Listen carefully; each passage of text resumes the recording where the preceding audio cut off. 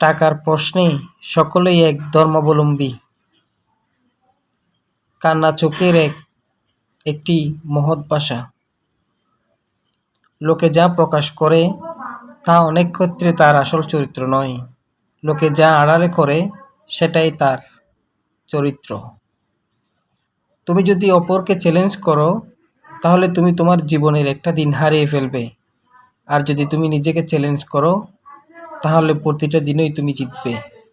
জীবনে ঠকলে হয়তো বিশ্বাসটুকু নষ্ট হয়ে যায়, শেখা যায় অনেক কিছু। ব্যর্থতায় হতাশ হবে না, কারো সফলতা একদিন আসে না। প্রতিটি ব্যর্থতা হলো সফলতার এক একটি ধাপ।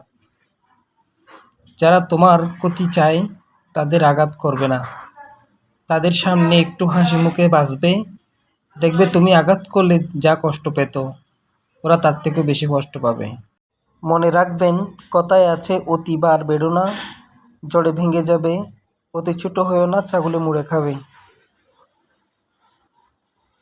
জীবনে যাই হোক, কখনো হাসতে ভুলে যেও না।